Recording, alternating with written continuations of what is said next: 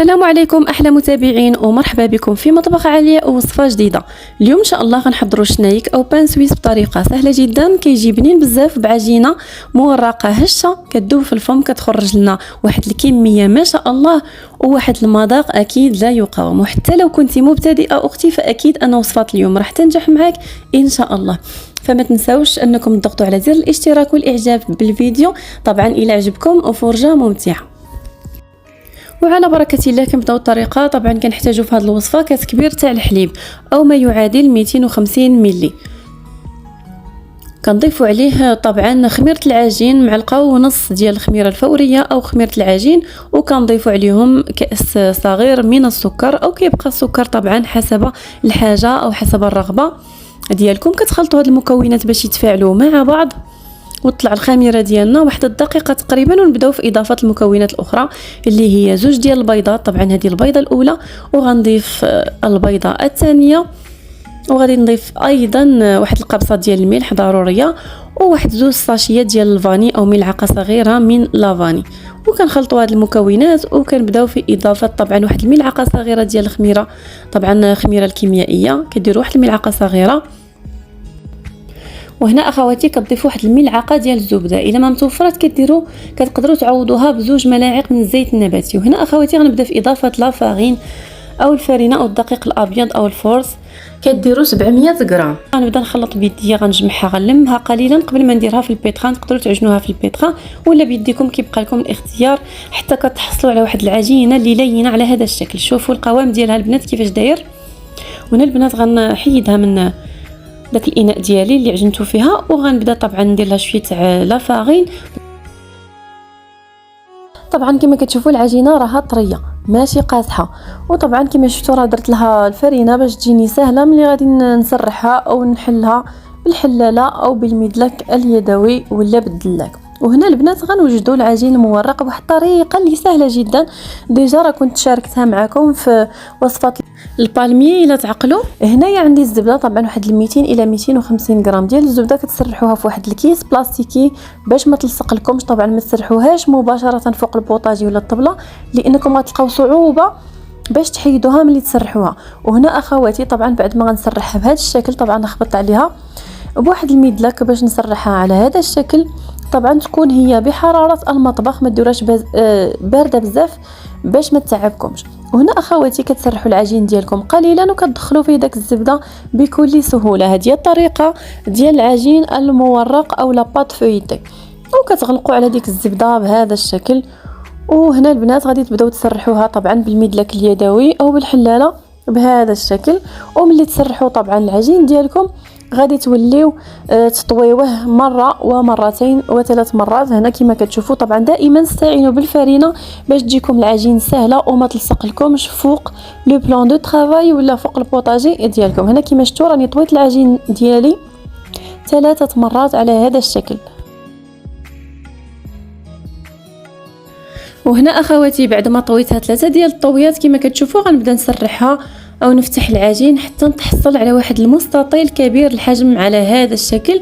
ونبدا طبعا نبداو في عمل طبعا شكل لشنايك او لي بان سويس. شوفوا معايا الطريقه، راه الطريقه سهله جدا البنات.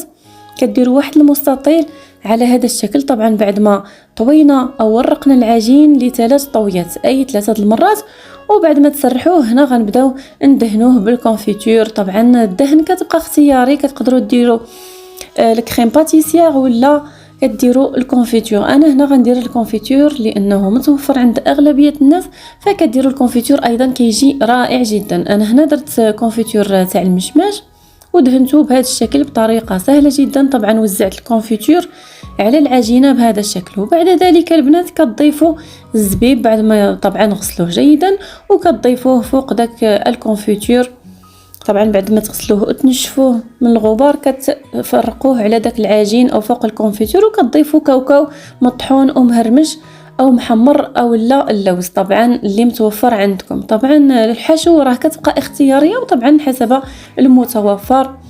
وهنا البنات كتبداو تلويو العجين ديالكم على شكل حربوش كبير بهذا الشكل. الطريقه كما كتشوفوا في الفيديو راها سهله جدا، وكتبقاو تلصقوا اطراف العجين جيدا حتى كتحصلوا على واحد الحربوش بهذا الشكل. طبعا واحد الرولو بهذا الشكل كتلصقوا طبعا الجوانب وكتوجدوا داك الرولو ديالكم ديال العجين او الحربوش ديالنا، وكتدردروا عليه شويه الفرينه طبعا باش كتصاوبوه وما كيتحلش معاكم.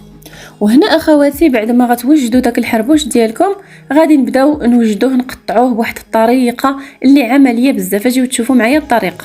غديروا البنات الخيط لانه بواسطه الخيط راه ما كيتخسرش العجين وكيتقطع، ما كيخسرلناش هذوك الدوائر ديال الشنيك ديالنا وما كيتربزلناش العجين، ماشي بحال السكين. هذه هي الطريقه البنات. راني ما سرعتش الكاميرا في الاول، راه طريقه سهله جدا. كتشدوا الخيط طبعا وكتكروازيوه بهذا الشكل، كتقطعوا به العجين ديالكم. كما شفتوا العجين راه ما يخسرش او ما كيتعجنش معاكم. هذه هي الطريقه البنات، الطريقه راها سهله جدا. وكنواصل طبعا غنقطع جميع هذه القطع وغنديروها في الفران طبعا.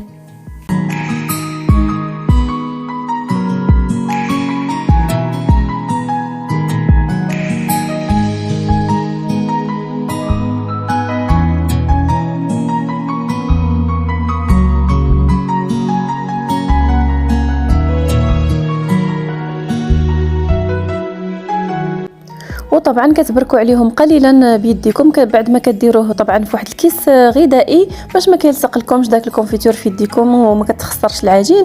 وهنا كما شفتوا ملي وجدتهم غادي نديرهم في الفرن بدرجه حراره 180 درجه لواحد المده ديال 30 دقيقه حتى نتحصلوا عليهم بهذا الشكل. وبعد ذلك وهما سخونين اخواتي غادي دهنوهم بلا كونفيتور بهذا الشكل ولا بالناباج. انا ما عنديش الناباج فغندهنهم بالكونفيتور طبعا كما كتشوفوا بهذا الشكل. وبالنسبه للمقادير اللي عطيتكم فهما خرجوا لي 26 قطعه ديال الشنيك ما شاء الله، يعني كميه كبيره بسم الله ما شاء الله. وملي غدهنوهم طبعا البنات بلا كونفيتور ولا بالناباش كدردروا عليهم طبعا شويه اللوز مهرمش ولا كاوكاو. التزيين كيبقى حسب الرغبه، ولا اللوز افيلي ولا اللي متوفر عندكم. طبعا بالنسبه للتزيين دائما كيبقى حسب المتوفر وحسب الرغبه. هذه هي الطريقه البنات، وانكم تجربوا هذه الوصفه لانها فعلا كتستحق التجربه.